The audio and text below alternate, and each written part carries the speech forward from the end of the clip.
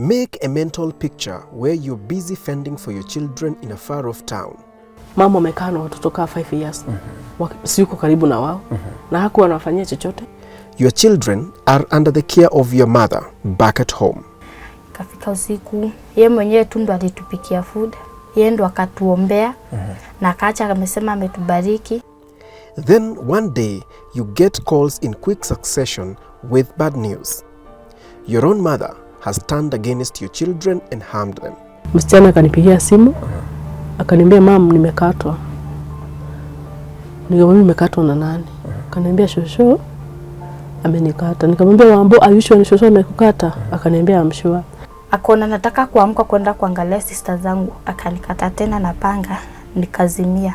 Sister yangu mwenye amekatwa sana, haoni kidonda yake, anaona ya brother yangu. Na mimi sasa nimekatwa, sioni kidonda yangu, naona ya wengine.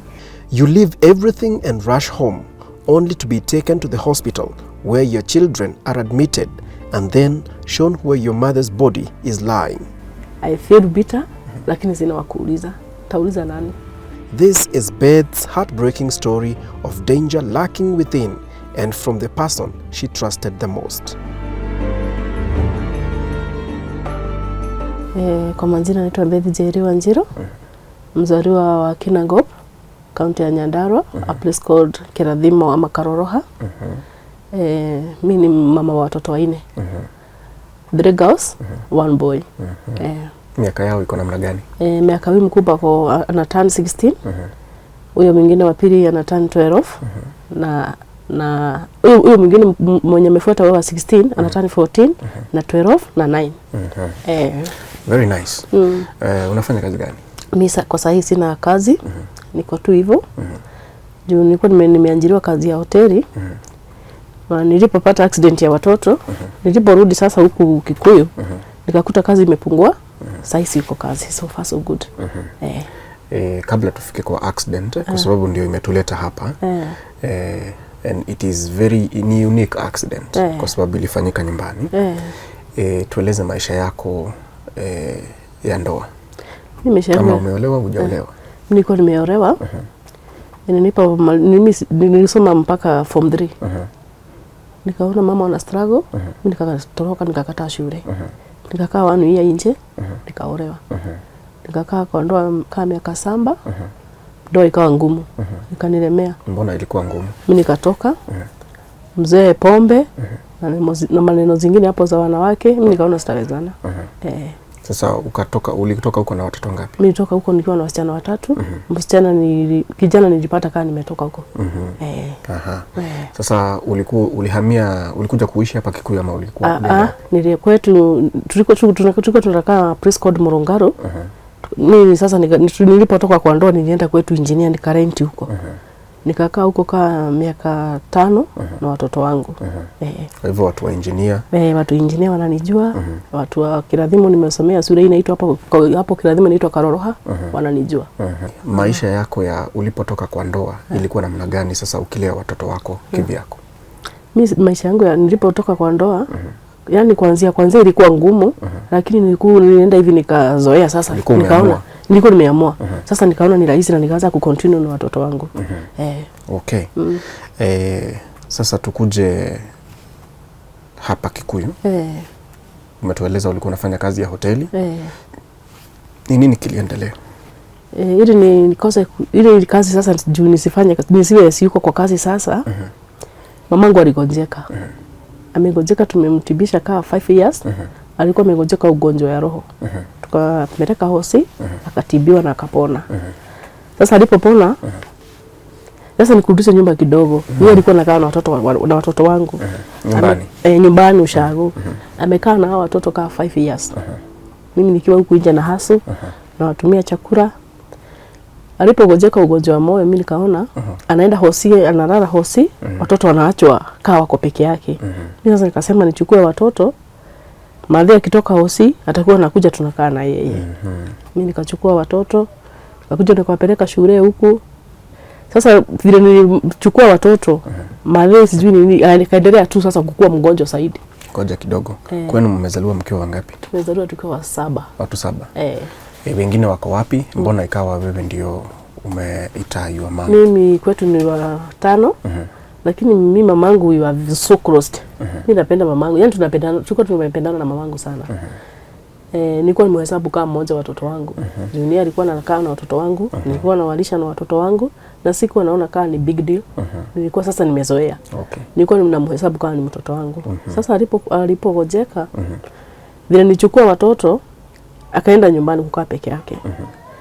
Naye brother wangu wenye alikuwa amejenga huko home. Ni mmoja alikuwa amejenga huko home akahama. Vile aliona nimehamisha watoto wangu naye akahama huko akaenda sasa Engineer Town kukaa huko. Sasa unaona Maria amebaki peke yake. Maria akaendelea tu vikuwa mgonjwa nikasema mam, badala ya kukaa huko peke yako kuja tukae na wewe. Anakuja kwangu anakaa kwa 1 month. Anasema nimepona, anarudi. Anaenda kwa sister yangu mwingine, anakaa 1 weeks, 2 weeks hivyo, anarudi home. Sasa hii ya mwisho kaa 4 months ni mimi nilikuwa nimekaa na yeye. Okay. Na mahitaji yenu yote yalikuwa yanatokana na ile kazi ulikuwa unafanya hoteli? Ilikuwa inatoka tu hapo. Lakini huko nyumbani tulikuwa tunalima. Okay. Sasa mumeanza kuishi na yeye the last 4 months. Nimekuwa nimekaa na yeye continuously. Mlikuwa mnaishi namna gani? Mama tulikuwa tunakaa tu na yeye vizuri. Lakini sisi hatukujua mama aligojeka depression. Tulikuja kujua nyuma. Lakini alikuwa time alikuwa huku nilikuwa naona ana tu behavior zingine zieleweki. Anasema nikitoka nje kwa barabara naona watu wananifuata na masimu wananichukua na simu. Sijui nimetoka kwa barabara naona magari zimejaa kwa barabara. Sijui unaona vile anaongea na anamwambia mama we are talking positive things. Yale mambo unaona mimi sioni hiyo mambo. Twende nikupeleke nione hao watu. Mimi nikienda kwa barabara mimi sioni chochote. Na yeye sasa hiyo ananiambia magari imejaa kwa barabara. Nilipoona hizo behavior nikaambia sister zangu wakuje waone vile mama wako. Sister zangu walikuja 3 wakakuta mama akasema mimi siendi hosi. Tukamwambia mama tutapeleka hosi. Hiyo kichwa yako haiko sawa. Yaani anaongea kwa sawa lakini sisi tunaona hayuko sawa. Sometimes anaenda unaona ako sawa, sometimes hayuko sawa. Tunakupeleka hosi uende uangalie kichwa yako mama hayuko sawa. Akasema mimi siwezi kunywa dawa za wazimu. Mimi sio wazimu. Mimi niko normal. Tukampembeleza ikazidikana. Hakuenda hosi. Sasa sisi yangu wakaenda. Tukapaki na mama huko. Mimi nikaona sasa imekuwa wasi. Nikamwambia huyu road wetu. Na kubeg unipelekee madhi hosi. Sasa usimwambie ni hosi unampeleka. Mwende tu kama mnatembea. Wewe ukifika stage Kikuyu, mchukue hata kama ni Uber, wewe usimamie tu kwa hosi. Naye madhi alipoenda wakafika stage, akaambia kwa ingia kwa gari. Alikataa na akapiga duru hapa Kikuyu. Ikawa sasa ni mkutano. Wakafurutana na huyo mama wakafurutana, akasema hiyo mama sasa akamshida. Wakasema sasa warudi. Walikuwa mama wawili. Sasa wao mama wakasemezana, wewe uende kwa daktari anaitwa pale Rufus hapa Kikuyu. Uende hapo umwambie tunampima mama pressure, lakini sio pressure. Wewe mwambie vile yako. Daktari akasema endeni mumlete. Sasa yeye akienda kwa daktari alidhani ni pressure inapimwa, lakini sio pressure. Akapewa kadawa iko hapo tu, kadawa kadogo tu alimeza, akalala 3 days. Daktari alisema yani vikira zake imekibia sana. Ili sasa anatakikana alale kidogo. Alilala kama 3 days, alikuwa anaamka tu kidogo toka nje, akiamka saa zenye ameamka nampea chakula haraka anarudi analala. Mimi nikaona madhi yako sawa. Na akapona kutoka hapo kunywa dawa nyingine. Hata ya pressure yenye alikuwa anatumia hakutumia dawa nyingine yoyote. Akaniambia my daughter huyu mkubwa alikuwa anafanya grade 9. Akaniambia nataka kwenda ushago kwa harvest. Mahindi yenye ilikuwa huko aliacha kama merima. Mimi nikamwambia hautaenda na hao wadogo, mwache huyu mkubwa. Mngojee waambao amalize shule, amalize mtihani, muende pamoja juu mkubwa ndiye ataenda kupikia hao wadogo. Akainsist mimi nitaenda waambao atakuja baadaye. Na mimi nikawanyima fare.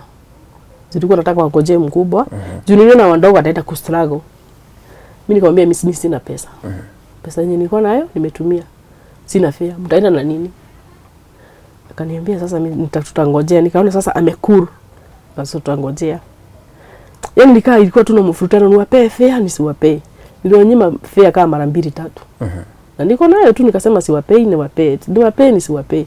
Yaani kulikuwa na mfurutano. Siku ya mwisho vile msichana alimaliza mtihani. hata wao wanafurahia kwenda ushago. Wakaniambia mama, sisi tunataka tu twende tukae na shosho hata kama 3 weeks. Alafu turudi. So juu anasema ataachwa huko, sisi tumwache, lakini akitaka kukuja beta tu akuja, sisi turudi na yeye tu pamoja. Walienda tu ikiwa date 8. Wakatoka tu hapa watoto vizuri. Nikawafanyia shopping ya waenda wakule chakula, yani kila kitu nikawatayarisha. Walienda date 8. Walipofika home walikaa 8 9. Sasa kuamkia date 10 morning. Msichana anabianga hiyo jioni. Wakienda kulala hiyo date, sasa ni date 9. Shosho aliwaambia endeni mniombee panga na shoka. Shoka ilikuwa ya kukata kuni. Wakaambiwa shoka ni ya kukata kuni. Na muombe panga, tuwe tukakate mahindi juu kesho tunaenda ku harvest. Si watoto tu wanafanya tu hivyo. Na kamba. Na hakuna mtu alijua kama kuna kitu inaweza kuja nyumae. Sasa msichana huyu mkubwa alifanya tu hivyo, wakakuja wakaweka chini ya kitanda. Sasa akasema ni mimi nawapikia leo, kama amechangamka vizuri sana. Akapikia watoto wangu wanapenda kudance. Na sasa wakasimama sasa ni kudance. So walikuwa wamefurahia sana pamoja na soso yao. Sasa hiyo ni 9th jioni. 9th jioni. Hiyo jioni tulienda hiyo siku, hiyo time sasa tulifika ushago. Tulifika vizuri na tukua sawa, tukua tumekusana na shosho. Tukua tunaongea poa.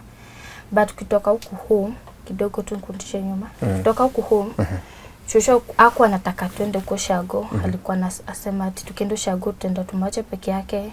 Kuzuko shagua kuna mtu mwingine wa kukaa na yeye. Sasa alikuwa nakataa kwenda hivi, tukifika huko tukienda kupanda matatu anasema hataki. Sasa alikubali tu na tukaanza safari tukaenda kufika poa. The time tulifika home, tulifika poa, kapata anko yangu huko wakatukaribisha poa. Mimi sasa naishi hapo karibu na kwa shosho. Sasa hiyo siku tulifika poa. Shosho yangu akatuambia mimi na sister yangu mwenye mdogo mwenye amekata sana twende kwa shamba. Tukavunja mahindi tukuje tupate tunapika lunch. Sisi tukaenda kwa shamba tukavunja mahindi, tukapata shosho ameshatupikia akiwa na sister yangu mwingine sasa mwenye amenifuata kwa ameshatupikia. Ndio tukakula hapo hiyo lunch.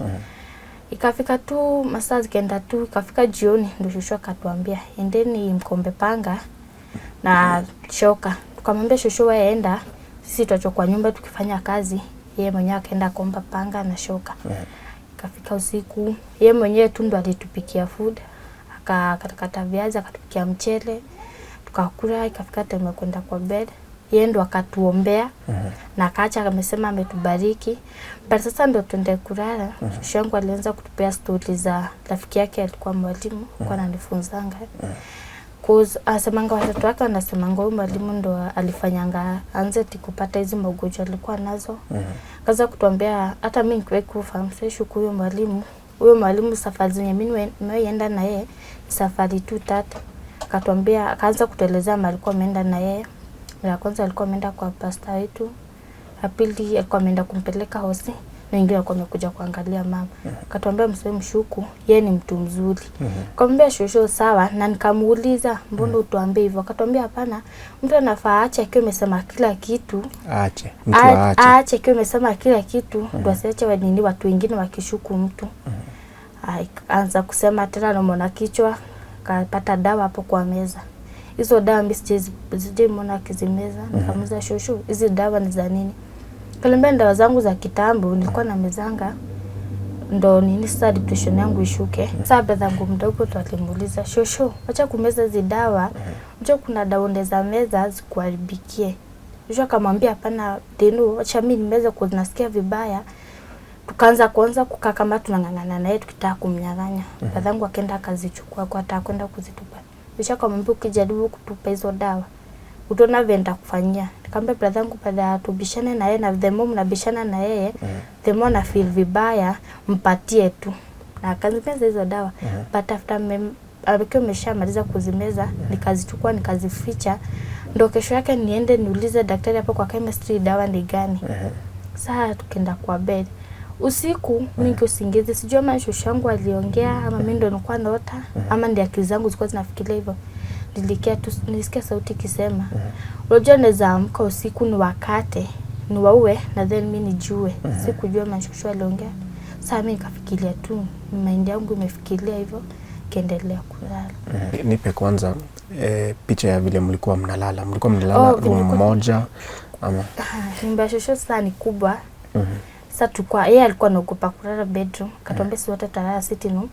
Kulikuwa na bed hapo na kuna viti. Shosho na brothangu na sistangu sa third born wakalala kwa bed. Na sistangu mwingine tukalala kwa kiti. Mbona alikuwa anaogopa kulala bedroom? Sasa hatujui, tukimuuliza sema anaogopa kwenda tu bedroom. Sasa sikalala hivyo. Kidogo. Hizo siku zote mmekuwa huko, hivyo ndivyo mlikuwa mnalala? Kitambo tulikuwa tunalala mtu kwa room yake. Nyumba ni kubwa but anasema anaogopa. Okay. Sasa si ndio tulala hivyo. Sistangu, brothangu na shoshangu walikuwa wameangalia side huko kwa kichwa. Sistangu mwingine mdogo kwa ameangalia side nyingine. Na mimi na mimi ngeli tumelala kwa kiti. Shosho ndo aliamka. Cause mimi ndo nilikuwa nimelala hii side hivi kiti. Sistangu kwa ile side nyingine, mimi ndo alimanage kunikata. But yet niliamka, mimi sijui alikatangana nini kwa mpata akiwa ameshika panga na shoka. Akaona nataka kuamka kwenda kuangalia sister zangu, akanikata tena na panga, nikazimia. Alikukata wapi? Alikata hapa, ilikuwa kubwa kupona na pona. By the time naamka nikapata ameshakata sister yangu. Huyu mwingine mwenye yako amekatwa akaanza kuscream akiniamshanga. Sasa mimi ndo niliamka. Shushu bado ameshika shoka, akona panga. Sasa kulikuwa na right, nikasema nikizazima right hataweza kutona vizuri, beta tubishane kukiwa na giza. Nikakata hizo mawa za stima. Ulikata na nini? Mimi sikumbukangi, mimi nilipata tu nimekata waya. Mimi najonga tu nilizikata basi sijui nikata na nini. Sasa ndo nikamanage kwa kuwa na giza. Sister yangu mwenye hajakatwa, mshongo akasema hata wewe sasa kitukata kwa nasemanga hivyo venye mnachukia mtoto wangu, sasa anko yangu hata nyinyi nitaacha nimewaua, nienda pamoja na nyinyi. Tunamuuliza shosho mbona, tuanza kumpembeleza kumwambia pole ama tumemkosea. Sasa tukaanza kumbeg hivyo, akasema lazima niwaue. Nikaenda kuamsha sister yangu ile mwingine, sasa kuangalia wamekaa hapo juu ya bed wanalia, wana scream, naambia nyamaza, the mom na scream, the mom anajua mahali mko. Kwa hivyo mkinyamaza hata waona. Sasa bedroom zote tumefunga koza tuko tumelala kwa hizo bedroom. Sasa kaanza nini? Akachukua sister yangu mwenye yako amemkata. Akaanza asa akamwekea panga hapa kwa shingo. Na kwa nataka kumkata shingo. Sasa mimi naona wale wengine wawili wanalia huko chini. Sister yangu mwenye amekatwa sana, haoni kidonda yake, anaona ya brothangu.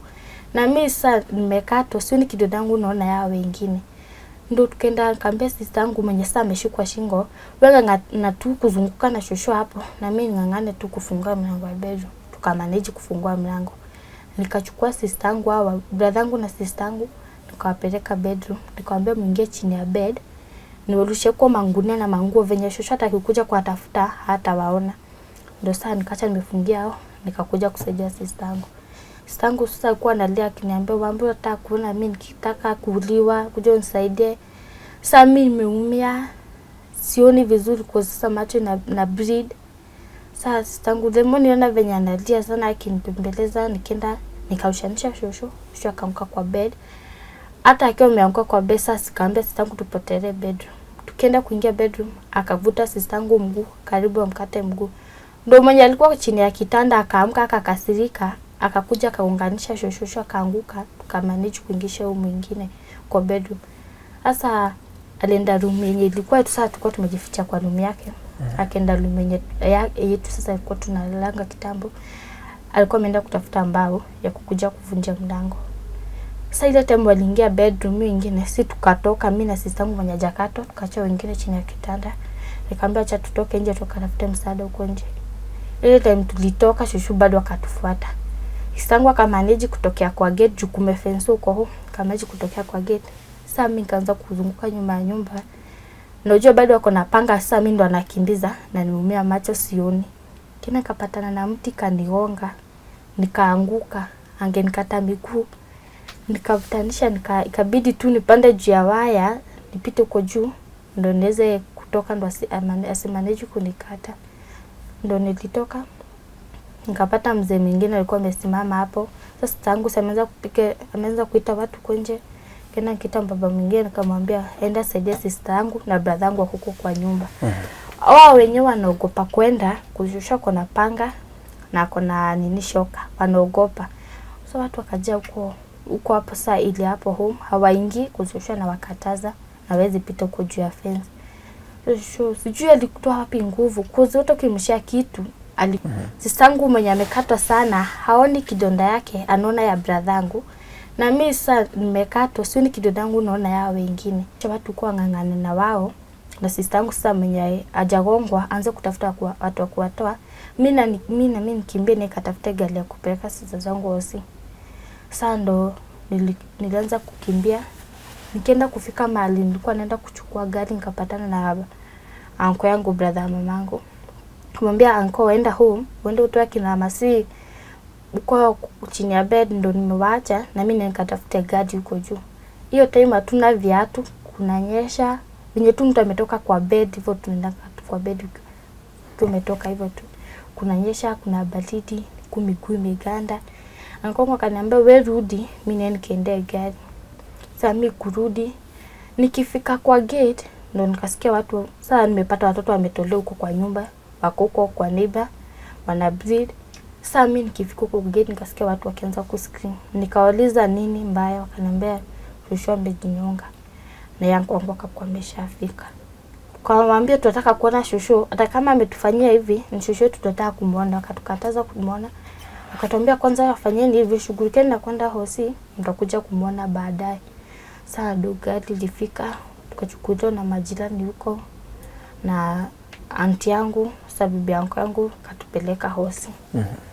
Ya sasa hivyo ndo tulijipata hosi. Hosi ya kwanza tuliendanga huko tu engineer. Tukaenda hapo ndo tunaenda tukashonwa. Ndo mama akafika. Sasa nikiwa huko ndo nilipikia bado mamangu. Huko sasa kabla tuende hosi nikapigia mama. Tukaenda sasa tukafika hosi. Na tukaenda sasa tukatengenezwa. Tukaambia tutoke huko tuende hosi nyingine. Tukaenda tukaadmitiwa huko.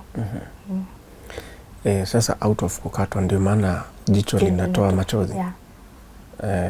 Hauwezagi kucontrol. Iko tu hivyo saa maybe navanga spec. Jua sionangi saa siwezi kama alikuwa mwangaza sana.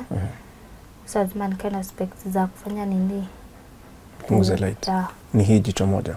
Jicho moja but ile affect hata ingine. Hiyo asubuhi hayo mambo yote yalikuwa yanafanyika. Ulikuwa unaamini ni shosho yenu wanafanya hivi? Your grandma. Hata leo hii sijaiamini. Ni venye tu nilipata tu ameshika shoka. Sasa hapo ndo nilianza kuamini. But sikuwa naamini. Sijaifikiria, sijaikaa hivyo chini nikafikiria shosho yangu anaweza kufanya kitu kama hivyo. Sasa hiyo event venye hiyo accident ilifanyika, hiyo incident imewa affect aje, na unaonaje your brother na sister vile wana cope na hiyo situation? Mimi kwangu ina affect sana kwa sasa, unaona imeniletea mashida za siku nazo. Sistangu na yeye mdogo sasa ndio huyo mwenye huwa na faint. Hawezi kama kuna maketete. Lazima tukae tukimwangalia sana. Bradhangu artist kuzi alikuwa amekatwa hapa, amekatwa sana, kuzi hata kulala hosi. Sasa sistangu ndio kuna shida mbaya. Sasa na maybe sasa mimi macho. Na bado naendelea kutibiwa tu. Wakati mmeketi mkiwa watatu mkidiscuss hiyo siku, wanasema nini your brother and sister? Sistangu asemanga anachukia shosho. Asema hata angekuwa ama angekuwa hai angewaitaka kumuona. Sistangu hajaisamia shosho yangu, anakuanga tu amemchukia tu hivyo. Bradhangu ananga story.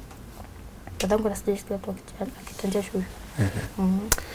Niruhusu tu nikuulize, ni swali ngumu. Haina shida. Kama panga haingewapata hapa kwa uso, iwapate kwa shingo, hiyo siku hamngekuwa hai leo? Mngekuwa hai? Hapana, tungekuwa. Kulingana venye ilikuwa sharp, sidhani. Wakati unaketi hivi unafikiria hiyo siku ndio ingekuwa yako ya mwisho duniani,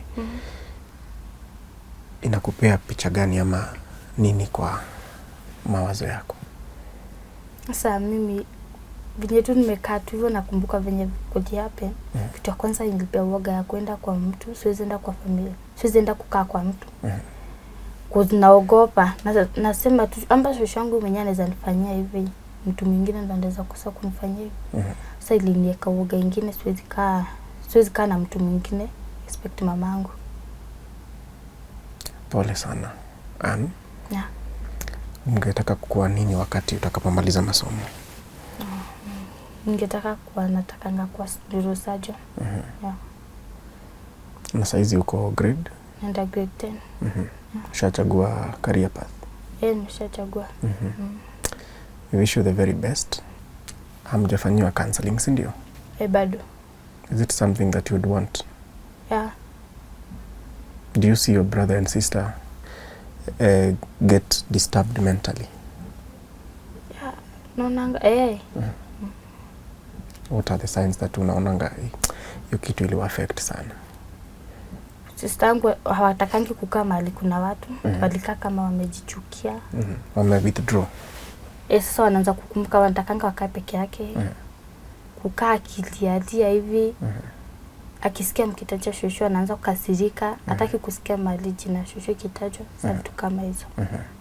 Sana sana hapendi kutoka nje ama kukaa mahali kuna watu. Ndio nasemanga atamwona vibaya. Anaanza kukaa kama anajichukia. Na wakati wamelala anashtukanga? Maybe kuota zile dream mbaya mbaya hivyo. Ndio hizo sasa. Na kuscream usiku, maybe kulialia hivyo. Naona anaogopa, nakumbuka hiyo siku. Mkiwa pamoja na your siblings, ni nini mnapenda kufanya? How do you spend your time together? Dancing. Sister yangu anakuanga dancer. Okay. So, ime affect your dancing, your incident? Yeah, ime affect kuzasemanga hawezi taka kuchukuliwa video. Jio scale baki kwa uso. Anaona ikio mbaya. Yeah. Ni wewe nimesikia unataka kuuza kidney? Kuna ile nilikuwa nimefika nikasema hivyo kwa niko na mama. Venye anasumbuka sister yangu anapelekwa clinic sana. Amerudi theater sana, sasa imebidi in theater amerudi mara 3. Kuza alikuwa amekatwa ikaguza brain, damu ikaingia tu kwa brain. Sasa mimi nilikuwa na nikezoza kidney nitaweza kusaidia mamangu. Hiyo idea ulitoa wapi? I don't know, mimi ilikuja tu kwa mind yangu.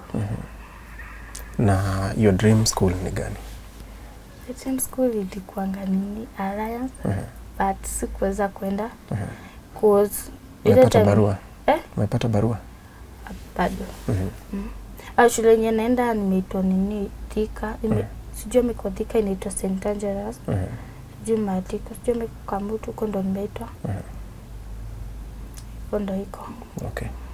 Hautauza kidney. Tuko family wamesikia. Yes, that's why we are here. Things will change and we wish you the very best. Thank you. All right. And asante sana kwa kutupea hiyo account in such a comprehensive and cohesive way.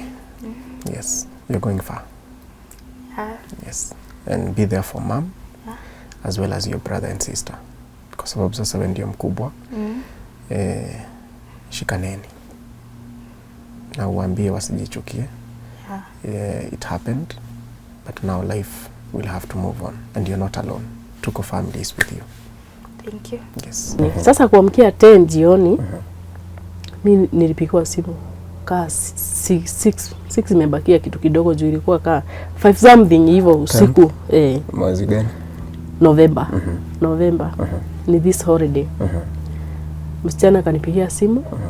Akaniambia mama nimekatwa. Nikamwambia nimekatwa na nani? Akaniambia shosho amenikata. Nikamwambia Wambo ayusho ni shosho amekukata? Akaniambia amshua. Nikamwambia sasa mimi nikashindwa aje? Nikamwambia mwenye unatumia simu yake mpatie niongee na yeye. Huyo ilikuwa mama. Nikamwambia ni ukweli huyo mtoto amekatwa? Akaniambia wewe kuja mtoto amekatwa. Nikashindwa mama imekuwa aje amekata mtoto? Mimi hata sikuwa naamini ni mama anasafanya hivyo. Nilikaa kaa dakika 5 tu hata kama sijaamka kwa kitanda, nilikuwa tu kwa kitanda nilishindwa niende, nisiende, nifanye nini? Imefika hapa aje mama amekata mtoto. Hata kama sijamaliza 5 minutes. Nikapigiwa simu nyingine sasa. Nikamwambia acha kushinda ukikuja. Juu mamako amekata watoto wote na amejiua. Nikashindwa aje sasa. Hata hiyo namba nashindangwa ni delete kwa nini, juu mama ningetaka kumjua ni mgani. Juu hata mwenye alinipigia simu sikujua ni nani. Sasa ndio niamua sasa ni kwenda home. Kitambo nifike Gitaro, brother wangu akanipigia simu akaniambia wewe kuja nyumbani. Ni kubaya sana. Juu sikutaka hii information nyingine, nilijua niona sasa hapa nitakufia kwa njia. Nikivuka Gitaro karibu nikogwa na gari. Mimi nikasema zimu. Nikaenda mpaka engineer, lakini before nizime simu yangu, nilipigia sister yangu mwenye ako mbele yangu nikamwambia kimbia nyumbani, unipelekee watoto hosi, nasikia wamekatwa na mama. Nilipofika engineer, hawakupelekwa direct North Kinangop, walipelekwa hospitali inaitwa Nyawot. Nilipofika engineer, sister yangu nikamuuliza mmefika? Ilikuchukua muda gani kutoka hapa mpaka kwenu? Ilikuwa kaa 3 hours. Lakini unajua mimi gari ilikuwa inasimama, natoka hiyo na ingia nyingine. Nilikuwa naona kama ina delay. Sasa wakati ulikuwa unaelekea nyumbani, ni nini kilikuwa kwa mawazo yako at that time? Nilikuwa tunaona vile watoto wangu wamekatwa aje. Hata sikuwa na mimi ni mama amefanya hivyo. Nilipofika hosi hiyo ya engineer kwenye alipeleka hiyo Nyawot kwenye alipeleka kwanza. Nilikuta members of our family. Yaani akina family za mom wamejaa huko. Na watu wengine wengi ni kama mkutano ilikuwa huko. Watu kama 100 na wamejaa kwa hiyo hosi. Mimi kuingia nikakuta daktari mwingine alikuwa anafanya watu hapo counseling. Akasema huyu ndio mama watoto. Akaambiwa yeye ni mama watoto. Akasema kwanza watu fanyie counseling ndio aende aone watoto wangu bake. Mimi siku concentrate na yeye. Mimi akili yangu ilikuwa tu nione watoto. Mimi nikamwambia hata usije ukiongea. Sisi sikia kama unaongea. Mimi nataka nione watoto wangu kama wako uhai ama wamekufa. Mimi kwanza mnionyeshe watoto wangu. Bakaona si concentrate. Wakanipeleka nikaona watoto wangu. Wakaanza nilikuta kama nguo zenye alikuwa amevaa haungejua ni ya kara gani. Ilikuwa imeroa damu kabisa. Amefungwa kitu ya white kichwa yote. Na haongei, amelala tu hivi, ni meno tu iko nje. Sister yake mwingine na yeye anashonoa hiyo side. Brother yake anashonoa ile side nyingine. Mimi niliridhika tu. Akasema it's okay. It was a sad sight for you. It was sad. Hata mimi siko najua ni nini inaendelea kwa kichwa yangu. Nilikuwa nasikia kama imeruka. Yaani unakuwa tu natembea kama robot hivi. Siko najua ni kitu gani inaendelea. Sasa nijue mom imekuwa aje sasa na yeye. Daktari naye akasema hao watoto hawezi tibiwa kwa hiyo hosi. Na tairi wapelekwe hosi iko na CT scan. Juu mtoto mwingine ni kama huyu alikuwa anasema ni kama boni imefujika. Sasa tukapewa referral mpaka North Kinangop. Kwenda North Kinangop alipopigwa CT scan, huyo mwenye alikuwa amegongwa sana ndiye alianzia. Ikaonekana boni yake imepasuriwa. Yaani brain yake ilikuwa imemix na damu. Huyo ni kama hakutumia mipanga, alikuwa ametumia shoka. Juu alikuwa amepasua hii. Huyo mtoto ameenda theater mara 3. Na huyo mwingine alikuwa amegongwa side ya jicho. Naye hizi jicho hizi nywele hizi hapa zilikuwa zimeingia na huko ndani. Naye kijana alikuwa amekatwa hivi. Kijana hakuwa ameguzwa bone lakini ni nyama tu. Lakini ameshonwa hata yeye. Watoto wakatibiwa. Sasa nikushughulika sasa na madhi. Imekuwa aje juu hata siamini. Watoto wakaenda wakaadmitiwa. Sasa ni kurudi home. Mimi nikaona siwezi hata enda home uko Ushago. Nisikia hiyo gufu zina. Kasemekana sasa niende kwa sister yangu huko engineer. Nikaulizwa kama nitaenda hosi kuona madhi. Nikamwambia saa hii sitaki. Lakini niliuliza sister ya mama, ni kweli mama hayuko? Akaniambia ukweli mama hayuko. Lakini saa hiyo sikupata nguvu ya kwenda kumuona.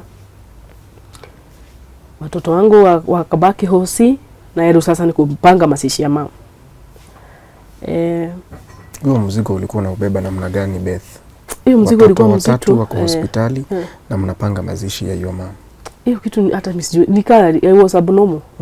Hata daktari kwa anasema huyu mama kama ni hao watoto na hiyo ni mama yake, mfuate sana huyo mama hayuko sawa. Mimi nilikuwa naona si yuko sawa. Hata sio kuambiwa, hata mimi nilikuwa najisikia I am not okay. Nilisumba kitu kingine hata huelewi. Mkaanza kupanga mazishi sasa. Ni kupanga mazishi ya mama. Lakini before mama kufa yeye alikuwa amesema yeye atakikufa asipelekwe nyumbani. Pelekwa wapi? Apelekwa kwa kaburi. Tulimpeleka huko Donyonjero. Ndiko tulimzika, tukumpeleka home. Yeye alikuwa amesema na mdomo yake akiwa tu kwa hii nyumba. Hata tulimchukua video juu brother zake hata walikuwa wamekataa. Wakasema sister yake haisi pelekwa kwa kaburi akiwa na kwake. Tulipowafungulia hiyo video ndio walikubali. Ilifikaje akaanza kusema kuhusu mambo ya kifo chake mkiwa na yeye?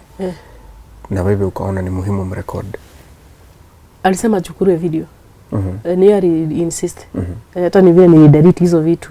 Juu ni delete kila kitu yake juu ya uoga. Nilikuwa na hizo kwa simu yangu tu ni speech yake tu moja iko hapa. Alisema ni record. Hiyo time sister zangu walikuwa wamekuja. Tukamrecord akiongea kila kitu. Yaani kuongea na kutoka afanye hiyo kitu alikaa 4 months. Akapanga mazishi yake, mimi nisipeleke nyumbani. Nipeleka kwa kaburi. Vitu zangu nimepatia huyu na huyu na huyu, vitu za nyumba, hiyo vitu iko kwa shamba ipatiwe huyu na huyu. Yani yeye alikuwa amegawa kila kitu. Lakini sisi hatukuwa tumejua kama inaweza fika to that point. Okay. Sasa mumemzika? Madhi tulimzika, but tukimzika watoto walikuwa tu hosi. Hawakuhudhuria. Lakini hao watoto walikuwa 4.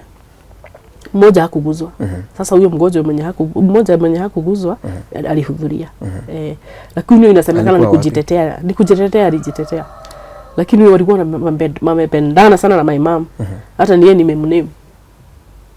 Walikuwa wamependana sana na shosho yake. Hata brother wangu ananiambianga Soso hawezi kata Shiro. Ile kitu najua hata kama Soso ni kukuruka hangekata Shiro. Juu alikuwa anapenda huyo mtoto kabisa. Lakini sister yake ananiambianga angemkata shingo. Yeye alikuta Shosho kama amekelea panga hivi amkate, akasukuma Shosho. Akakuka kwa kitanda. Ndio waka-afford kufungua mlango sasa wakatoka. Nao wengine 2 wakawaficha chini ya kitanda. Huyu mkubwa alificha brother yake na sister yake chini ya kitanda, akachukua shuka akaweka hivi sasa Shosho angewaona. Sasa nikurudisha nyumba kidogo. Alijitoa uhai watu wakiwa nje. Kitu yenye haikuwa inaeleweka. Ndio alipofanya hivyo alitoka nje. Alipomaliza sasa kukata watoto si waliokolewa na maniba. Sasa yakaulizwa, yaani mama umefanyia watoto hivi? Akasema mimi hakuna mtoto nimeguza. Nataka watoto wangu hapa wote. Sasa walipokataa kumuonyesha watoto juu hangemuonyesha. Kulikuwa kumenyesha. Alilala huko nje kwa matope na kukaanza kunyesha kidogo kidogo. Wakasema huyu mama tumfungie na kamba pale. Sasa wakasema akaona anatetemeka. Naye brother wangu akawa amefika. Akaambiwa na mama, mimi nahisi baridi.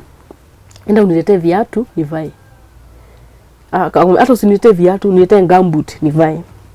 Brother wangu akafalisha mama gumboot kama mtu amefungiwa hapo. Wenye walikuwa wanakuja wakasema tufungue tu aende abadilishe hizo manguo. Yeye badala ya kwenda kubadilisha manguo, alienda kaongezea zingine juu. Juu mamangu alikuwa amevaa sweta 7, skati 10. Yaani alienda kuongezea. Wakaona amekaa sana. Ndio walifungua, ndio brother wangu akaamua kufungua mlango, akakuta imefungwa ndani. Akafunja hiyo mlango na mateke ikafunguka. Kuingia akakuta mama hayuko. Mama tulimzika watoto wakiwa hosi. Hata watoto hawakuwa wanajua ni kitu gani inaendelea. But huyu mkubwa walikuwa kwa koma ama hawakuwa kwa koma, lakini huyu mkubwa anasemanga alisikia wakiwa tu nje wakipelekwa hosi hiyo pilika kwenda hosi. Alisikia duru sasa home. Juu walipotolewa home walipelekwa kwa jirani. Alisikia duru, kwenda kuangalia wakasikia Soso amejiua. Na mama mwingine akawaenda mbele sasa wasiende, wanakimbia kwenda kuona Shosho. Wakakatazwa sasa, wakarudishwa wakaekwa kwa gari wakapelekwa hosi. Akakanyeka amekata sana, nilikauza kakua hosi. Masi Soso wako wapi? Kaniambia mimi Soso sijui yako wapi. Nani alikukata? Sini Shosho. Unasapenda kuja kukuona, siwezi taka kuja anione mimi. Alinikatia nini? Hatuko tumekosana na kakata brother wangu na sister yangu. Lakini huyu mkubwa alikuwa na hit. Sasa after hapo mlichukua hatua gani? Sasa hatungechukua hatua yoyote juu ni mali. Sasa tutastaki nani? Ama kesi itakuwa kwa nani? Sisi tu tulibari mam. watoto wakatoka hosi na ikawa tu hivyo. Hebu tupe safari yao ya recovery. Haya, safari yao ya recovery. Walikaa hospitali kwa muda gani? Waliadmitiwa date 10, walitoka date 18. Walikaa 80 days. But huwa wanarudi clinic. Na kliniki yao wanarudi tu hiyo hosi. Juu waka kadogo kenye kalikuwa kamengongwa sana, nilikuwa nimekapeleka huku Kikuyu tena. Juu hiyo kidonda ilianza kutoka maji. Sio huku hapa, maji mingi inatiririka kabisa. Nikampeleka pale hosi, nikamwambia hawezi mguza. Juu kidonda ilikuwa inapiga sana. Hajui yani iko deep kiasi gani. Sasa mimi wanaambiwa nimpeleke tu kwenye alikuwa ametibiwa kitambo. Nimpeleka. Nampelekanga kliniki huko na nimpeleka huko hata sasa kuna uzibiri hapa. Hadi saizi. Hadi sasa anaenda kutolewa. Sasa ako nazo hapa. Hiyo kitu ilipo ring, hiyo maji ilipotoka, ndio nikampeleka akaenda Maina Theater akashonwa tena. Na huwa ana confess. Sasa huyu mkubwa shida yake ilikuja macho. Nimpeleka hospitali ya macho, akatengenezwa, akapewa specs, ako sawa huyo. Sasa mwenye akona shida ni aka kasichana. Waka kana confess. Sasa huyu nilimtafutia daktari mwingine kutoka Kenyatta. Hata wa huko hawajui. Alikuwa na confess 3 times per week. Nilipotoka huko hosi. Lakini huyo daktari wa huko kwa Ngothi alikuwa ameniambia huyu mtoto akao 50-50. Brain yake imeguzwa, anaweza amka akiwa normal ama abnormal. But I thank God huyu mtoto ako normal. Isipokuwa tu kuconfess. Mambo zingine mambo zake hata ukimpima hivi brain yake ako sawa. Ni hiyo confess tu na nikamtafutia daktari mwingine, huyu daktari ampeleka vizuri. Juu sasa inaweza confess 1 per week ama ishi. But for now mimi nimefika mwisho sina chochote. Hata kumpeleka hosi imekuwa shida. Huyu mwingine naye mkubwa anaelekea grade 10. Mimi sina chochote. Sina job.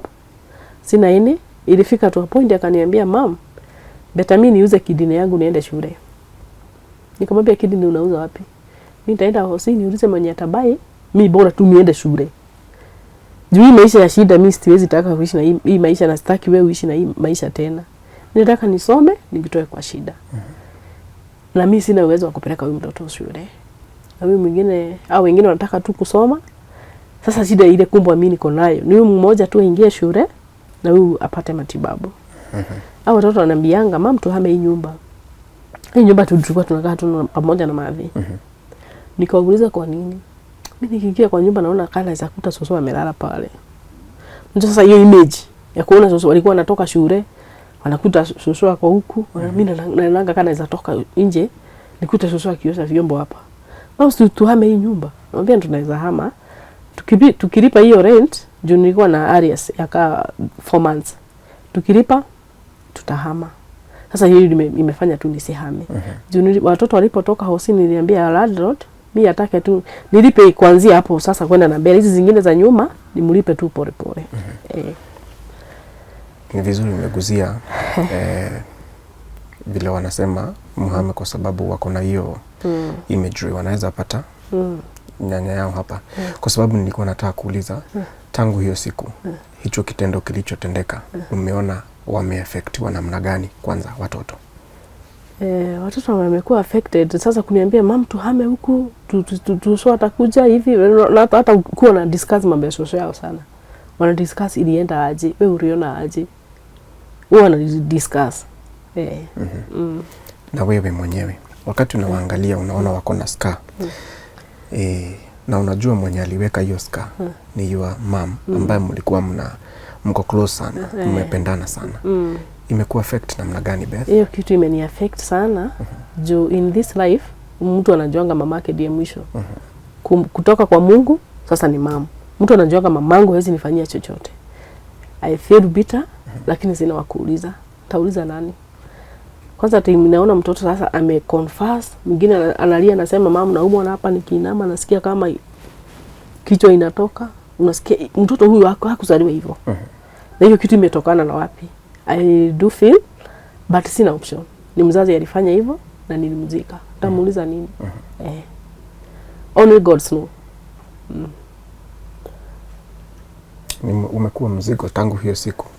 It's a burden. Okay, nataka kuuliza your life ili change after hiyo siku. Ili change Juu sasa mimi siwezi enda kazi.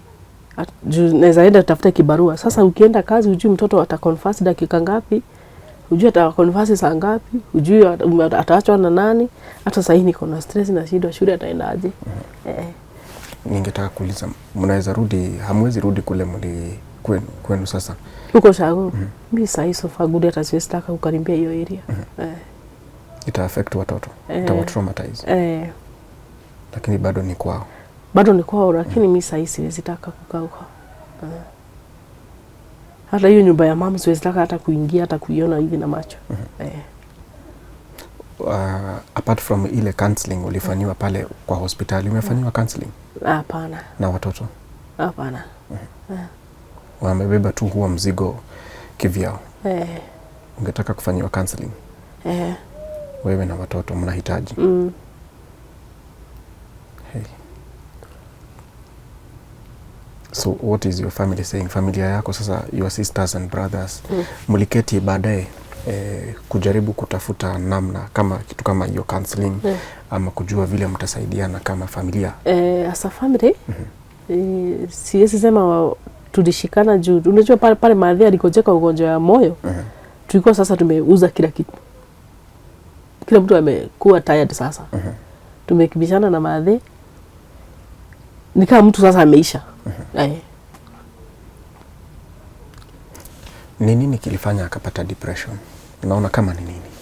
Mimi naona kama depression yake ilitokana kama ni kwa doa yake.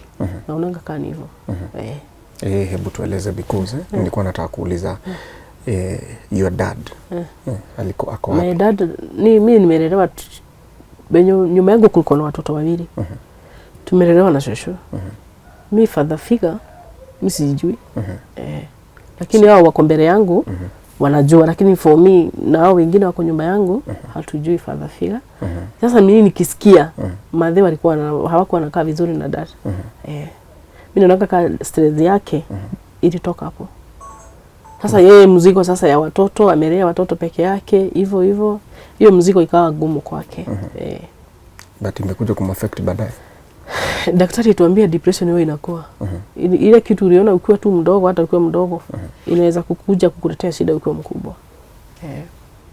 Mimi naona kama hiyo kitu sasa, mashida ya kulea watoto peke yake hivi. Mzee alikuwa na pesa, kazi yake ni pombe, hamsaidii. Hiyo kitu naona kama ilitoka hapo.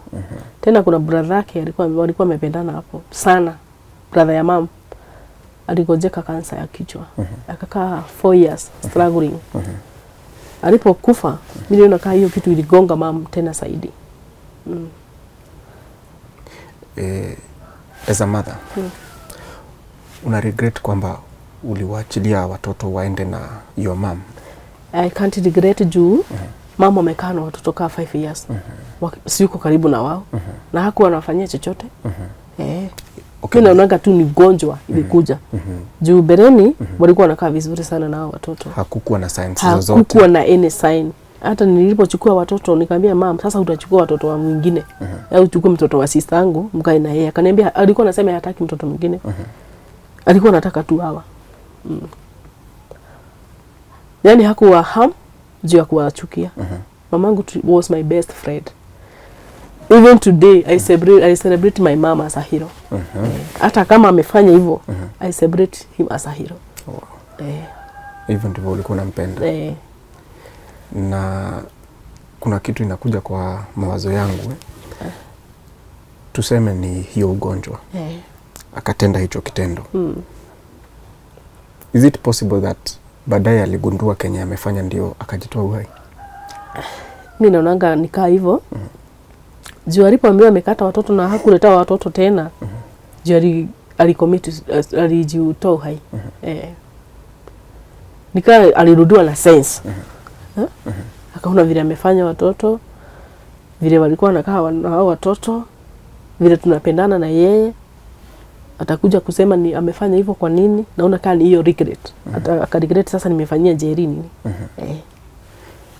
Jerry ambaye tunapendana sana. So wakati mmefanya mazishi na sasa unarudi na watoto hapa nyumbani. Nilikuwa nimekuuliza ukienda ni mawazo gani ulikuwa nayo? Na sasa ukirudi ni mawazo gani yalikuwa kwa kichwa yako? Mimi ile stress ilinishika wakati nilirudi, ni kuona watoto wanaumia. Na mwenye amefanya hivyo ni my best friend. Na sina ya kumuuliza hata kama ako hai. Hata naambianga sister yangu, nilikuwa naambia sister yangu, hata kama mama hangejitoa uhai, hata afanyie watoto wangu hivi, akose mtu wa kukaa na yeye, ningekaa na yeye. Kwa hivyo hauna bad blood na yeye? Mimi sina nimemrelease kabisa. Na siwezi mchukia. Okay.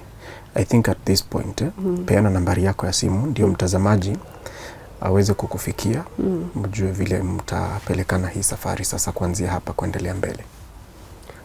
Namba yangu ya simu ni 0741 093 732. Beth Wanjiru. Thank you. Kabla tuondoke, wakati wengine walikuwa na celebrate Christmas, how was the mood for you and in your family? It was not good such. Nilikuwa stressed. Nilikuwa nauliza sasa watoto ni hawa wanaelekea shule. Sina njia, sina any option. Hawa ni watoto wanahitaji clinic. Sina chochote, sina njia. For me it was not good. Siku celebrate Christmas with my kids.